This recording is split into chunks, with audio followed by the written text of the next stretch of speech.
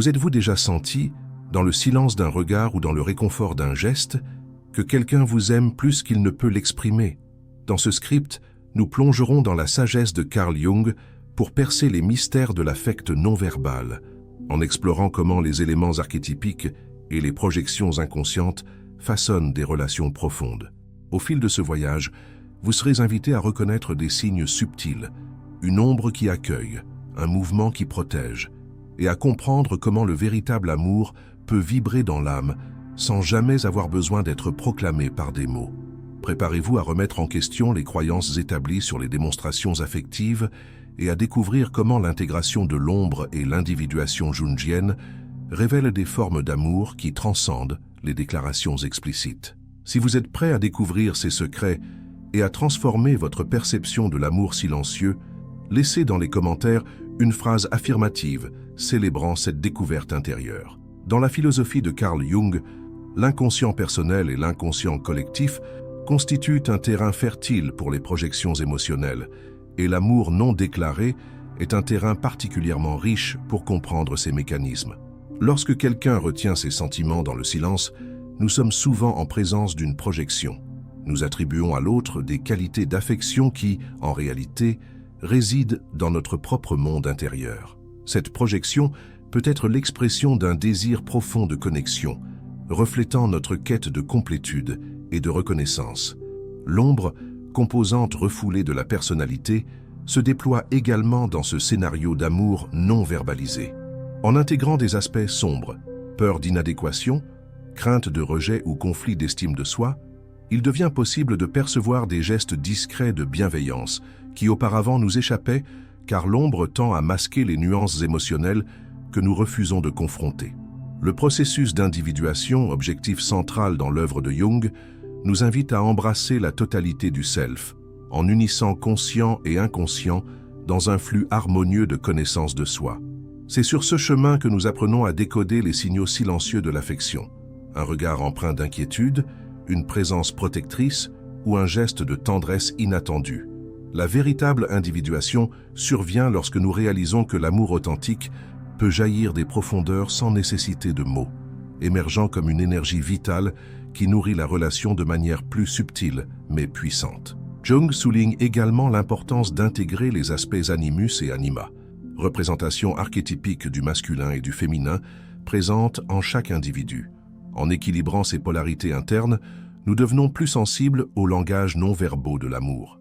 Ainsi, la personne qui aime discrètement révèle, par des attitudes protectrices ou de petites démonstrations d'affection, l'influence de son animus ou de son anima intégré, dépassant les stéréotypes émotionnels et ouvrant la voie à un amour plus mûr. Comprendre comment projection, ombre, individuation et intégration, animus, anima s'articulent, nous permet de déchiffrer des messages d'affection qui ne dépendent pas de déclarations explicites. Au fil de notre exploration, vous découvrirez comment appliquer ces principes pour reconnaître et valoriser l'amour caché, donnant de nouvelles nuances à vos relations. Dans la trame invisible des liens humains, l'amour se manifeste souvent sans mot dire, se révélant dans des subtilités que l'œil distrait ne perçoit pas. Lorsque nous interrompons le flot verbal et portons attention aux gestes, aux postures et aux petits rituels quotidiens, nous commençons à décrypter un langage silencieux riche de signification. Un regard prolongé, partagé dans un même espace, le léger effleurement du bras en passant, le soin apporté à réchauffer une tasse de thé sans qu'on le demande. Tout cela fait partie d'une chorégraphie inconsciente qui contient l'essence d'une affection profonde. Sous l'angle jungien, ces mouvements sont des expressions archétypiques, des réverbérations du self trouvant écho dans l'âme de l'autre, signalant une connexion au-delà des mots. Chaque geste de tendresse porte en lui une histoire personnelle et collective. La manière dont un individu se penche vers l'autre peut évoquer l'archétype du protecteur, celui qui se tient prêt à accueillir sans réserve. La simple présence silencieuse, le fait d'être juste là, évoque l'archétype du compagnon, figure qui honore la communion existentielle. La posture corporelle, trop souvent sous-estimée, révèle tension et disponibilités émotionnelles. Une personne aux épaules détendues et au torse orienté vers l'interlocuteur transmet sécurité et proximité. Celle qui soutient le regard sans hâte pour le détourner suggère qu'elle est à l'écoute du rythme intérieur de l'autre. Ce sont des actes qui créent un espace psychique partagé, où l'amour peut s'installer sans avoir besoin d'étiquette. Les petites actions du quotidien, se souvenir d'un détail insignifiant, anticiper un besoin ou offrir un soutien silencieux lors d'un moment difficile, fonctionnent comme des symboles vivants d'un amour enraciné dans l'inconscient collectif et personnel. Quand nous voyons quelqu'un remplacer une couverture pour réchauffer les pieds de son partenaire ou se taire pour écouter attentivement, nous comprenons que ces attitudes ne sont pas de simples conventions sociales, mais des réponses intuitives à un appel intérieur. Du point de vue jungien, il s'agit de la manifestation du principe d'individuation en action. Les deux protagonistes s'alignent dans un processus d'intégration, partageant des fragments de l'inconscient qui ne se révèlent qu'à travers des actes de vraie sollicitude. Dans cet échange muet, l'ombre peut se projeter tout en offrant des indices précieux.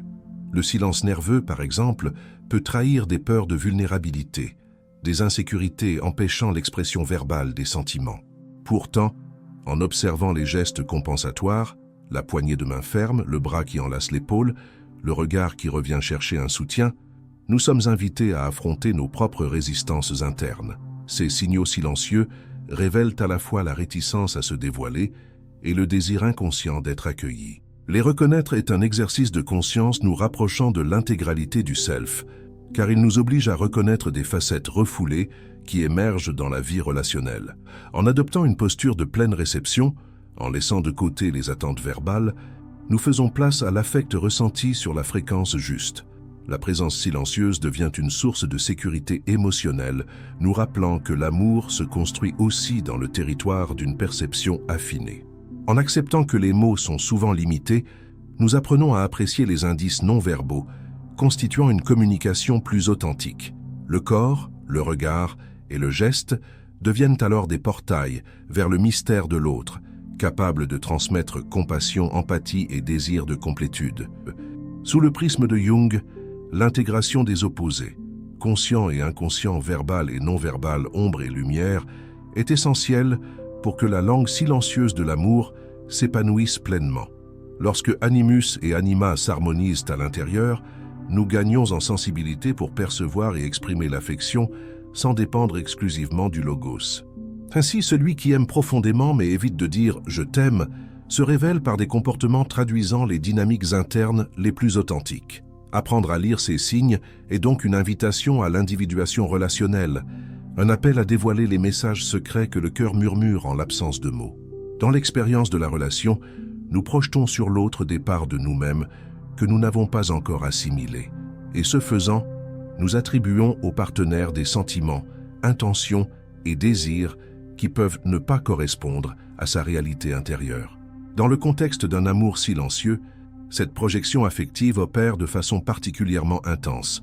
Nous aspirons à une déclaration d'affection et, ne la recevant pas, nous construisons des récits internes confirmant à la fois notre espoir et nos peurs. Selon Jung, la projection est un mécanisme par lequel nous déchargeons sur l'autre des fragments de l'inconscient personnel et collectif. Lorsque nous sommes convaincus que quelqu'un nous aime plus qu'il n'ose le dire, nous projetons souvent notre propre manque de reconnaissance et la croyance profonde que nous méritons d'être aimés intensément.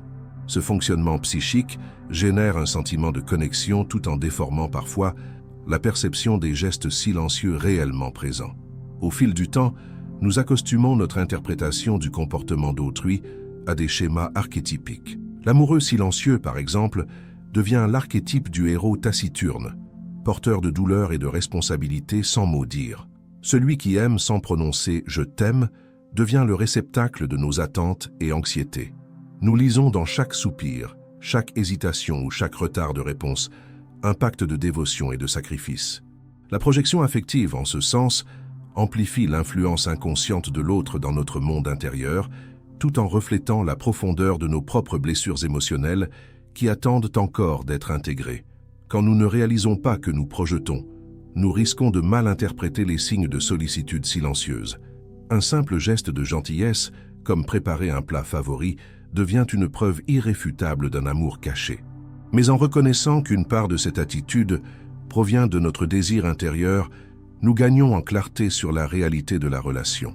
Prendre conscience de la projection est la première étape pour distinguer nos désirs inconscients les actions sincères de l'autre, nous permettant ainsi d'apprécier les gestes muets pour ce qu'ils sont, sans les alourdir de nos récits intérieurs. Jung nous enseigne que l'individuation inclut le retour de ces projections vers le self et leur intégration saine.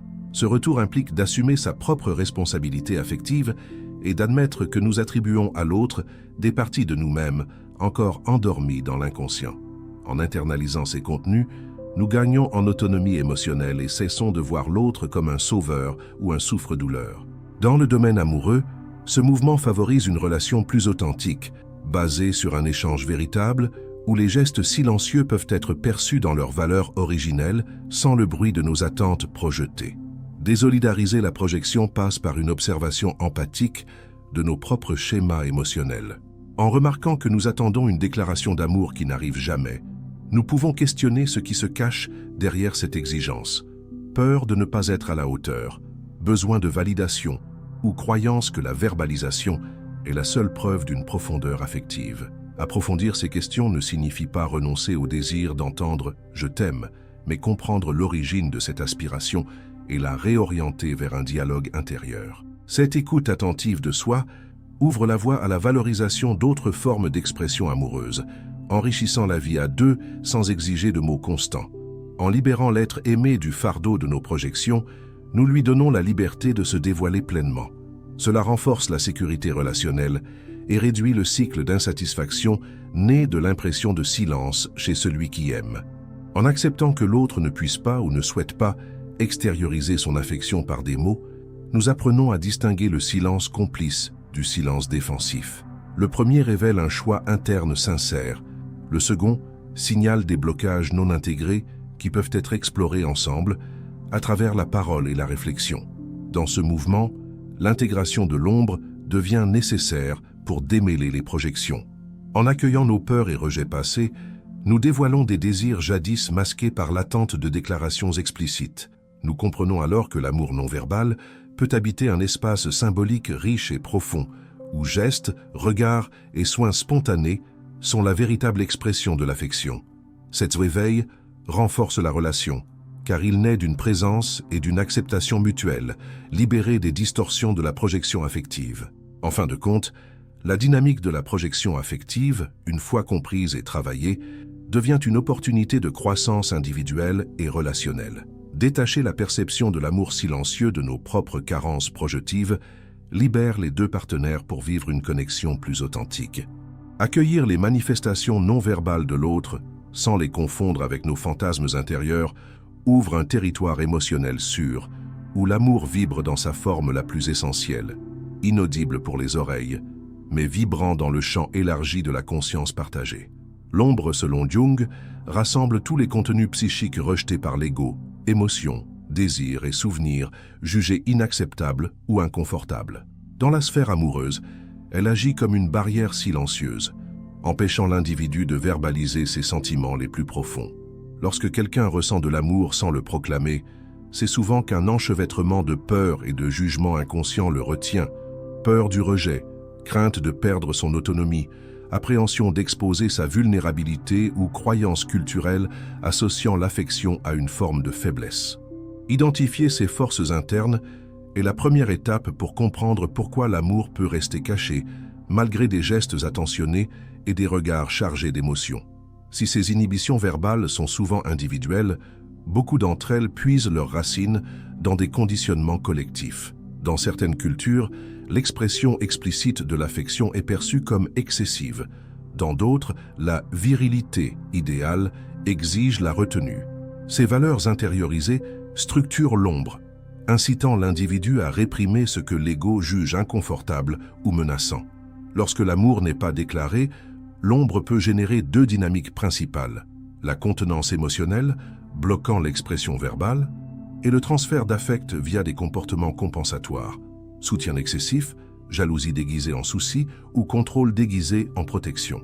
Chacun de ces mouvements reflète un aspect de l'ombre cherchant à survivre en évitant le risque de rejet.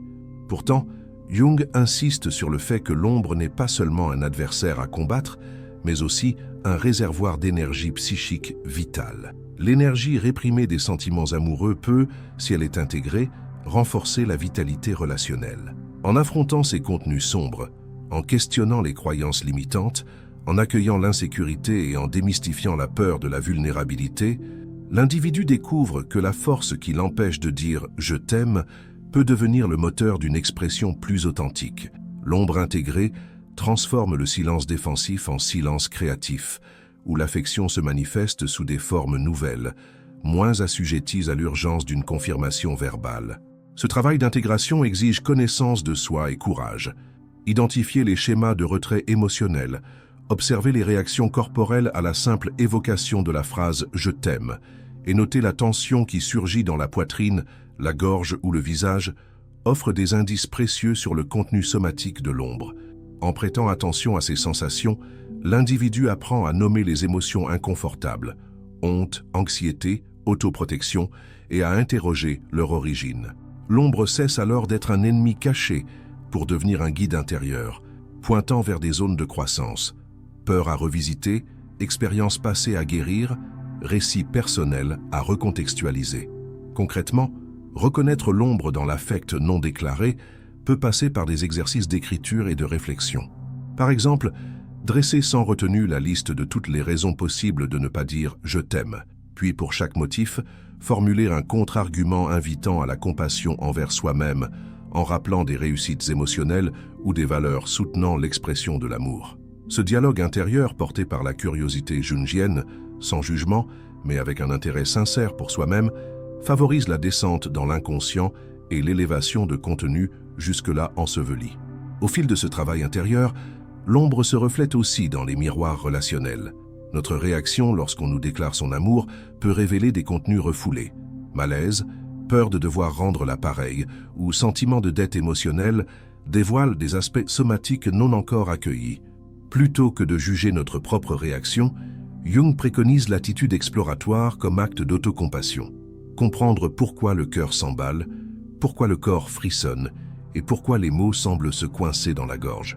Cette connaissance de soi relationnelle est essentielle pour désamorcer l'ombre qui entrave l'expression amoureuse.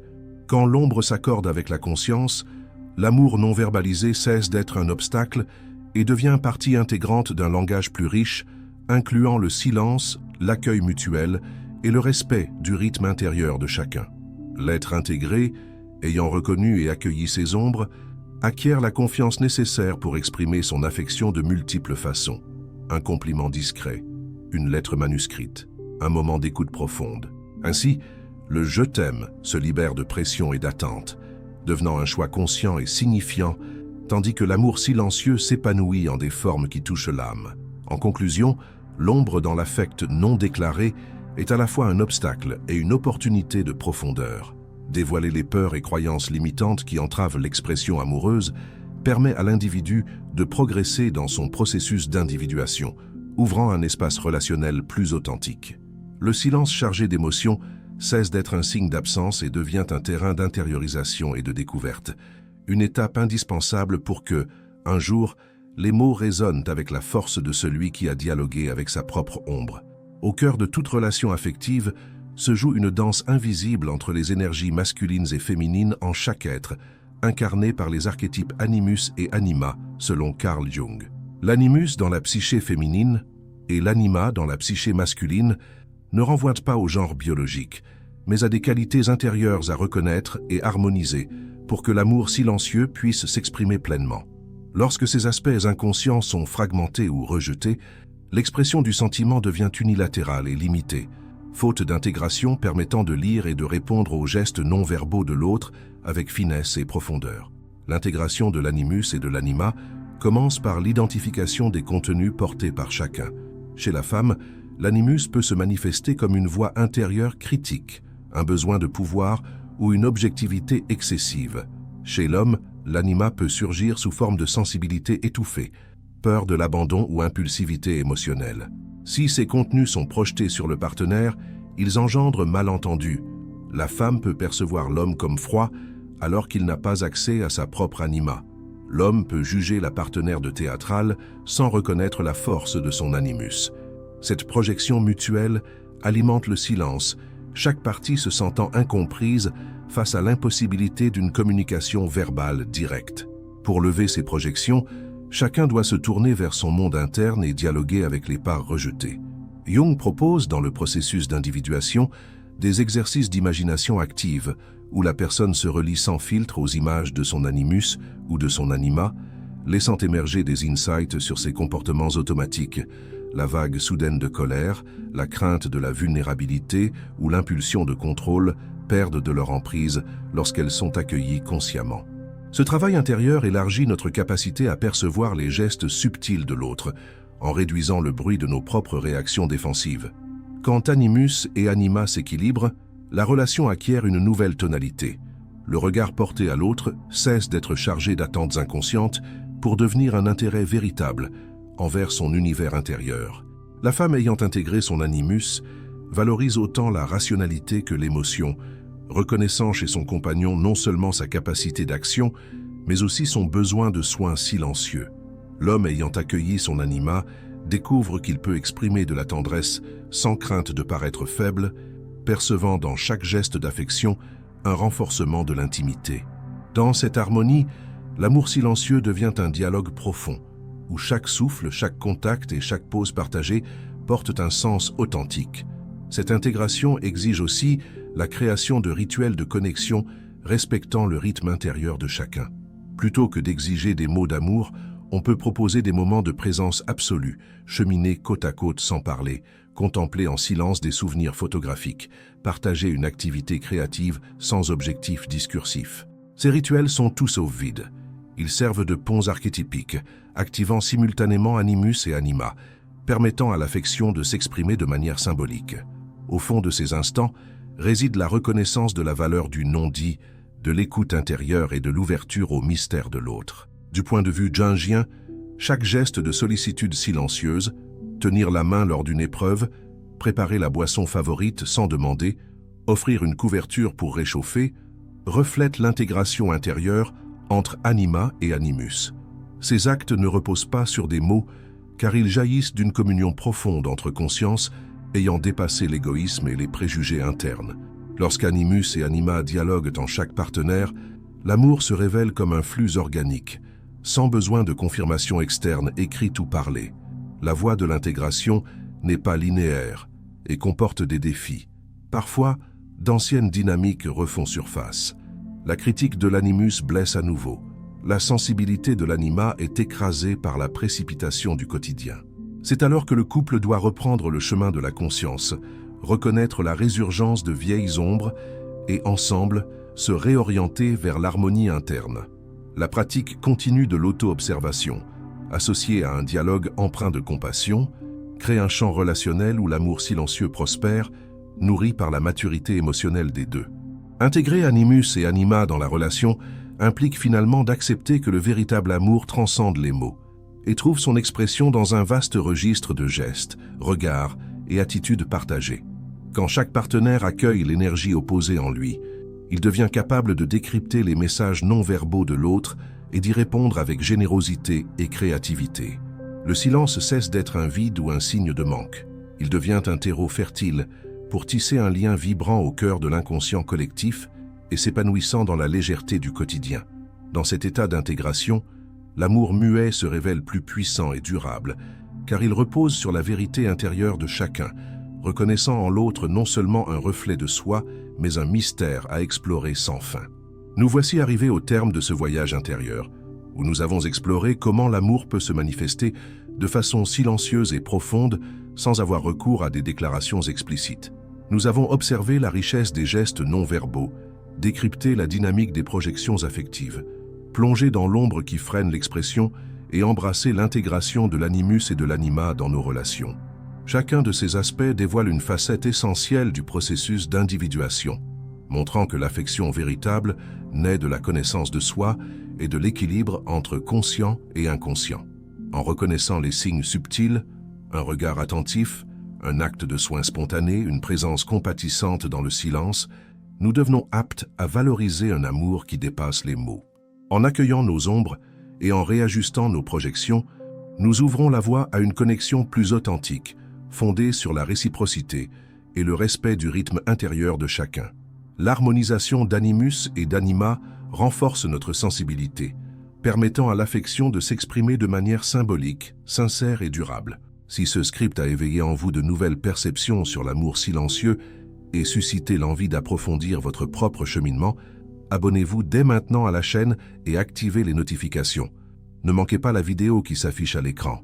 Elle propose des exemples pratiques pour appliquer ces concepts au quotidien et cultiver des relations plus intègres et épanouissantes. Tentez de voir l'amour au-delà des mots et partagez en commentaire la façon dont vous comptez vivre cette nouvelle forme de connexion.